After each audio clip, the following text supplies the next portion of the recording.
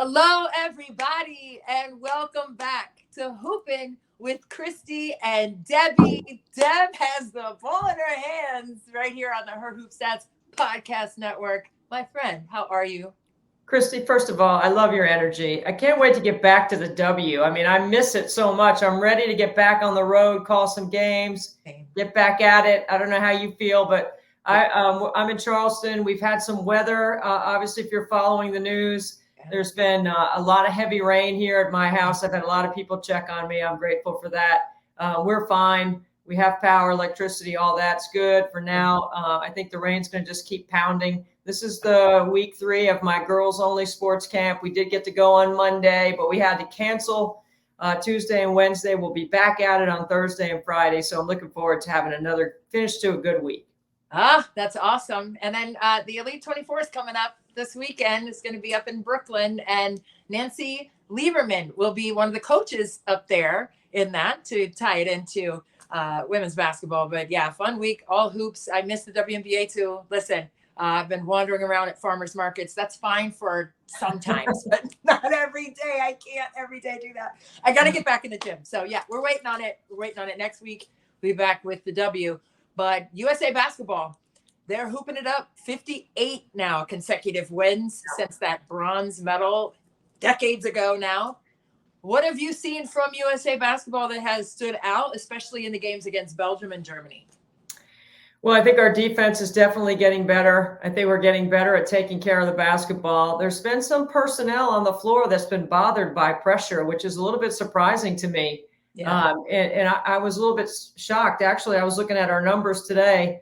We are plus 20 on the glass overall in the Olympics, but we're only plus 0.7 in the turnover margin. So it's some careless turnovers, some rhythm turnovers, but mainly pressure bothering us a little bit in some lineups. So I was a little surprised at that, which could be an issue for Nigeria. Now, I don't think anybody can beat us. I think they can stick around a little bit. If we take care of the basketball and we move it, you can't guard us. We have too much talent. So it's just, that's the fun part. I like when the ball's popping and moving, doesn't get stuck. And when they score those possessions on 1 or 2 dribbles, that's fun to me. That's fun basketball. Absolutely. And listen, the pace of play, that's been it for me. I mean, if they can push that ball up the floor, but you got to get glass, right? And they've done a really good job of getting to the boards and getting push passes up the floor, especially Chelsea Gray with those touchdown passes up ahead to Asia Wilson and everyone else. But I also think the bench has been amazing, right? They have come in, especially in the last game against Germany. I thought that was going to be one of the keys, and especially the pace of play was the one key for me, but also, can you get production and efficient numbers off the bench? Not just offensive numbers, but defensive numbers too, glass numbers too. And the way that they were able to manufacture offense and defense off the bench, I mean, there was no gap in terms of production. And I thought that was. We're just too deep. I mean, it can be anybody's night at any given time. And when you have Stewie and Asia on the floor together, I mean, that's just too much for anybody to deal with. You just throw the ball inside to those two, or let Stewie come off some ball screen action in our transition game. All of it is just, it's a lot. It's hard to take anything away. That's why I nitpick the turnovers. You got to nitpick with this team, right? Because there's so much talent. I do hope that I think Nigeria will give us a different look. You know, Japan shot a lot of threes. Belgium had some size. Germany had some size. They can compete for 3 quarters, but when we get to the 4th quarter, it's lights out, man. No one can stay with us. Yeah, they hate to see the 4th quarter coming with the USA basketball. I'm telling you, the opponents, they're not ready for it. But I'll tell you who is ready for it, Diana Taurasi, right? She said, I think she was asked by Maria Taylor, who did a fantastic interview with her at the 50th anniversary of USA basketball at the Olympics last night. I believe the party was in Paris. But she asked her, like, what makes this time different? It's your 6th Olympic Games. And she said that each one has had a different personality for her. Each one has been very new for her. So she said this one almost feels like the first one because of where she is in her career and who she's playing alongside. So it's all different. But she just said she's soaking it all in. But what do you see from Diana Taurasi in terms of her experience, number one, but she's 42 years old and she's out there fading away in the midi. Like she looks so good doing what she does. It's so fun watching anybody have pure joy over what they're doing. And that's what you see with Diana. I've always been a big fan of Diana's. I've loved covering her at every stage of her career. We've had the luxury of watching her from high school through college to, the pros and now the Olympics over and over and over. It's remarkable to see what she's been able to do. I just think that she's relishing every second like you would if this was the last. Yes. I'm not saying she's not going to be 46 playing in the Olympics. I wouldn't put it past her, but probably not. Right. If you're a betting person, you probably bet against, her doing that. Yeah. But pure joy and the maturity and the leadership that comes with being that leader and that experience, like you said, the first thing, unprecedented to see somebody purely enjoy the international stage, especially when the ball's popping and moving and buckets are the net stripping and all that stuff is fun. Yeah, no, it's genuine and you can feel it. You can tell. I mean, it's palpable, right? Whenever she walks on the floor, you can just feel that she is in that moment, 10 toes down. Her feet are where her spirit is. And it's so much fun to watch that. But to know that people are learning from that as well is also fun. Like the first timers on the Olympic team this year, I think it's fun, like Ka Copper and players like that who are learning from her every day with Phoenix. So I think that when you're talking about international basketball, obviously with the Olympics being in Paris, there's been a lot of discussion about the prioritization rule for the WNBA and international players, but WNBA players play overseas. A majority of them do. What is your take on the prioritization rule that has been up for discussion in terms of when the calendar stops and starts for WNBA players and international players?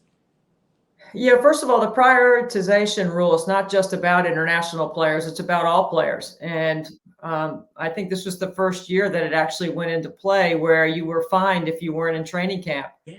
So I don't know what the numbers of the data revealed on who was here, who was not, who got caught up in between. The landscape of our game is about building brand. And obviously, salaries are going to go up with the new collective bargaining agreement. And being able to establish your brand here in the States, I think is really important. I think there is a marketing option that players can receive from the league if they stay and promote the league year round. I think basketball is 365 days a year now. So, on the years where there's an Olympic year, if you don't have the prioritization, then you're helping the other countries get better. Interesting. And there's a gap, huge gap, but over time it's going to narrow. The game is international basketball and what we do here, it's becoming smaller and smaller, the gap, I think, even though it's shrinking a little. It's not, it's like way out here right now, right? Because we're just dominating teams, but yeah, it's going to shrink. So I care about economics and marketing, and I care about branding and establishing a stronger foothold in our country around our game. So I want our players to stay here and find options.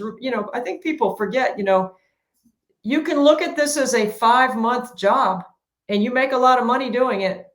And you get a car and you get housing and you get, they get per diem on there's a lot of stuff the players get that people may not recognize. Mm-hmm. Now, if you're working 5 months playing, then you have to fill the other time with something. And if you can do it here in the States, building your craft or your trade afterwards or coaching or helping the next generation. Yes. I'm all about all that. I think that's great. I think it's an individual choice, but I do not mind Kathy Engelbert putting that rule in at all. I don't know where the CBA is on it, but I do like the rule. Right. I do too. I concur. But I also have heard from players, right? Satu Sabli had some comments to make about it as well, how, they want to be able to continue to have the flexibility to do both. If you're a player right now, and maybe you are like, okay, say Satu Sabli, I mean, she's a German nationality player, plays for the Dallas Wings in the WNBA. So if you're Satu, what would you feel like on the player side of things? Like economically and marketing is one thing, but like as a player, like what would you want as a player like Satu Sabli? Well, I think you're going to have to make a choice. I think in the non-Olympic or World Championship years, you might have to stay in Germany if that's what you want to do to be on your national team. But if you want to play here, I think you're going to have to make that choice. She certainly would be able to build a great brand here. Yes. She already has one, right? Her time at Oregon, the way she played, and then, playing in the WNBA. I think I don't know if you can have it both ways as players. I understand what Coach or Kathy Engelbert's doing and why. Right. I think you have to make a choice. I think it's a hard choice, but you know what? We all make choices in our careers. We do. Oh, that's going to take our podcast down another road, and it's a long one. We'll talk about that another day. But I know what? That is 1,000% true, 2,000% true. And you can see Emma Miesemann, who made that decision, right? 2022, the last time she played in the WNBA in Chicago. Obviously, played here in DC, won a title in 2019 with a player like Emma Miesemann who made that sacrifice, right? To, hey, I'm going to just stay in Belgium. But then she had 30 the other day. I mean, she is at the top of her game, to say the least. Man, she was a flat out killer in all aspects of the game. Like defensively, she was right there, gap defense, right on time, boarding well, making great passes, and obviously shooting the leather off the ball. Yeah, I often think about with the prioritization, I think about Diana Taurasi taking that, what was it, 1.5 million not to play? Not to play. In the W? I mean, come on, DT, right? Right, I love it, right? If you can get it, I mean, right? You got it like that. Not everybody has it like that, right? No. That's fine. It's the way it is, right? It's life. Yeah. I don't know. I'm kind of I like the rule. I think players are going to have to choose. Mm-hmm. I think as our brand grows in the W, and certainly it's going to be really interesting. Obviously, all the metrics are up this year, which is the perfect time with the new media rights deal, which is the perfect time for the new CBA, which is a great time to take a look at licensing. I really want to learn more about the licensing agreements in the WNBA. I'm very curious about jersey sales across the league and who makes what, how people get paid. The NBA players get big fat checks every year, and I don't think the WNBA players get one every year, but I think that stuff's going to change. Yeah, it has to change because the popularity of the league has grown, and so the players should benefit in that. Because the college players are going to be benefiting in that now, so why wouldn't the pros benefit from that? I mean, it just makes sense. I mean, the math is mathing if that is the case, right? We need to see more of that happening, and we've already seen the numbers of jersey sales. We saw Caitlin Clark is leading the WNBA in jersey sales. Angel Reese right there. Asia Wilson right there. Like people they want these things, right? So give people what they want, but also give the players what they've earned too. Give the people what they want, give the players what they have earned in terms of the sales of those jerseys. But I mean, just a lot to look forward to for USA basketball. Obviously, we talked about the WNBA beginning again next week. Can't wait for that engine to start revving up. But just before we go about USA basketball and against Nigeria, a player off the bench who, to me, has really made a big difference and I think has been the X factor, along with several other players. But can we talk about Alyssa Thomas and what she has been able to do? And not necessarily gaudy offensive numbers for her, maybe 8 to 10 points, but she's rugged out there in terms of her defensive prowess. I think, Christy, when you have the star power that the team has, Alyssa Thomas doesn't need the ball to impact the game. And I think when she's on the floor, she does all the things that you're talking about that makes everyone else's job easier and makes the team better. And she doesn't have to, we know she can't shoot it. We know she's got the shoulders, but she doesn't have to score to help us win a gold medal. And I think that's what Cheryl Reeve and the Olympic Committee thought when they selected her. Because if you're having a shooting contest, she would be last on the roster. But if you're having a toughness contest, she might be first. There you go. So it depends on the matchups, and this is where scouting comes into play. And I'm looking at Coach Reeves' staff and all the smart people she has on her bench, from Kara Lawson to Joni Taylor, and of course Mike Tebow, who's won more games than anybody in the W and knows the international game so well. And then, I think Cheryl's staff, along with, Jen Rosati and all the role that she plays with 3-on-3 and everything that she's done with 5-on-5. I just think that if we take care of the ball, I bet in practice there'll be a lot of shot fakes, ball fakes, pass fakes, all that coming up against Nigeria, because they are definitely going to gamble. They're going to shoot the gap, jump the passing lanes, and we're going to have a lot of backdoor opportunity. I'm going to tell you right now, we're going to get 5 backdoor layups. Let's go. I'm going to chart them for you. I'm going to chart them for you. Analytics. I'm the analytics person for the Nigeria USA game, and I will text it to you. I'm like, Debbie, they're at 4, right? In the third quarter. We just need 1. I'm going to text you in the middle of the game. But yeah, it's just been fun. And just to watch the chemistry continue to develop. I mean, other teams have an advantage. They play together for months at a time. And these players, I mean, obviously playing in the WNBA on different teams and then jump together for a couple of weeks and then jump right into international competition and are undefeated right now, 3-0. Speaking of threes, the 3v3 team won the bronze medal. So congratulations to them. That was fun to watch. What a turnaround, right? After going 0-3 and everyone's questioning, they stink, who's on the roster, who selected this team, yada, yada, yada, all that. And forget about it, right? All that chatter. That's why you got to block some of that out. You just got to play. It was fixable. They knew what they needed to do. They did miss Cameron Brink, but you know what? I think this is a good 3-on-3 team. I'm glad they came home with a medal. They should be really proud of the way they did it. It's true American grit, the way they came back.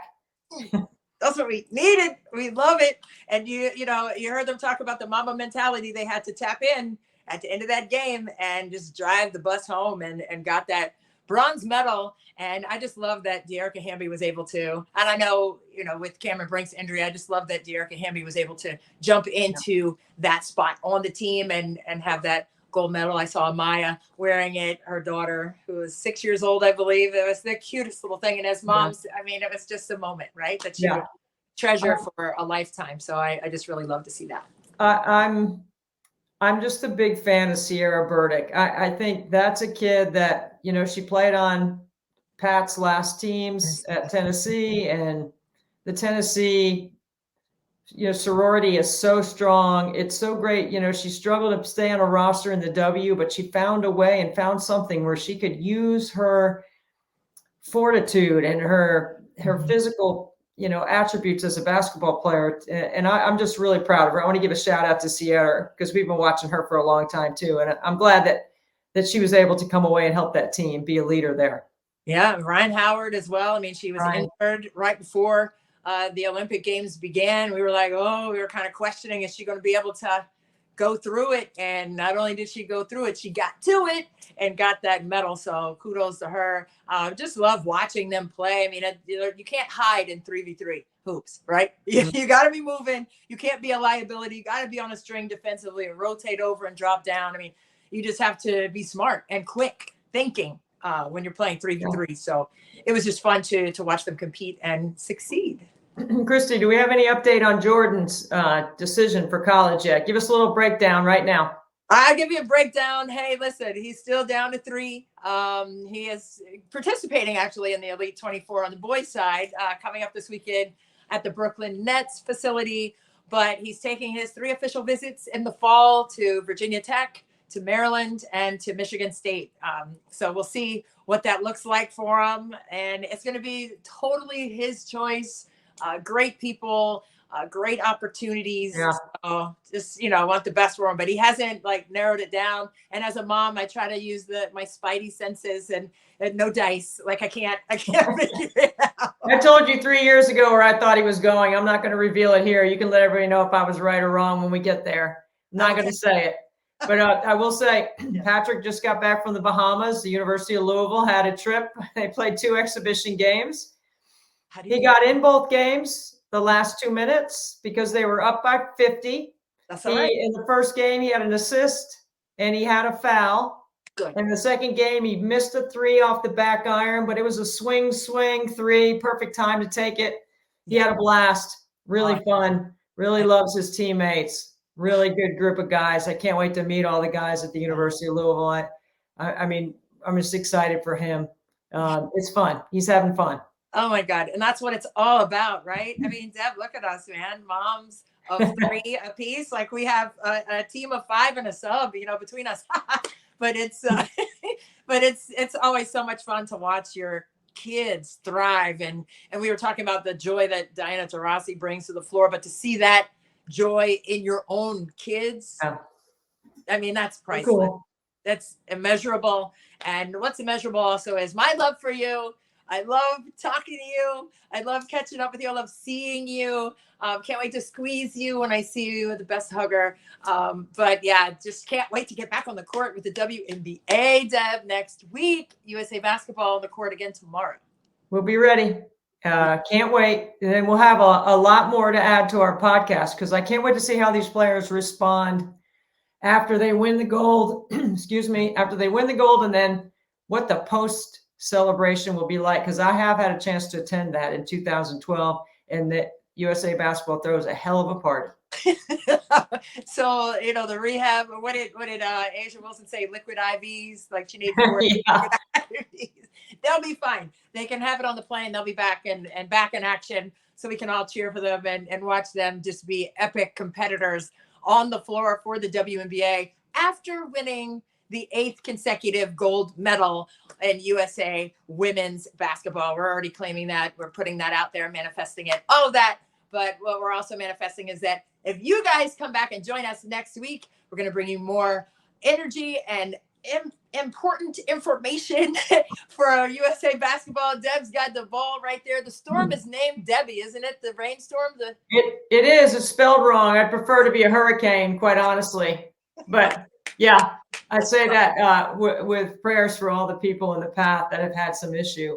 I also want to give a shout out to Wilson and my buddy Corin Chesterson, who was nice enough to help me with my girls only camp and send me some equipment that I can give out on Friday. So every little girl will leave with either a basketball, a football, a volleyball, or a soccer ball. Look at you.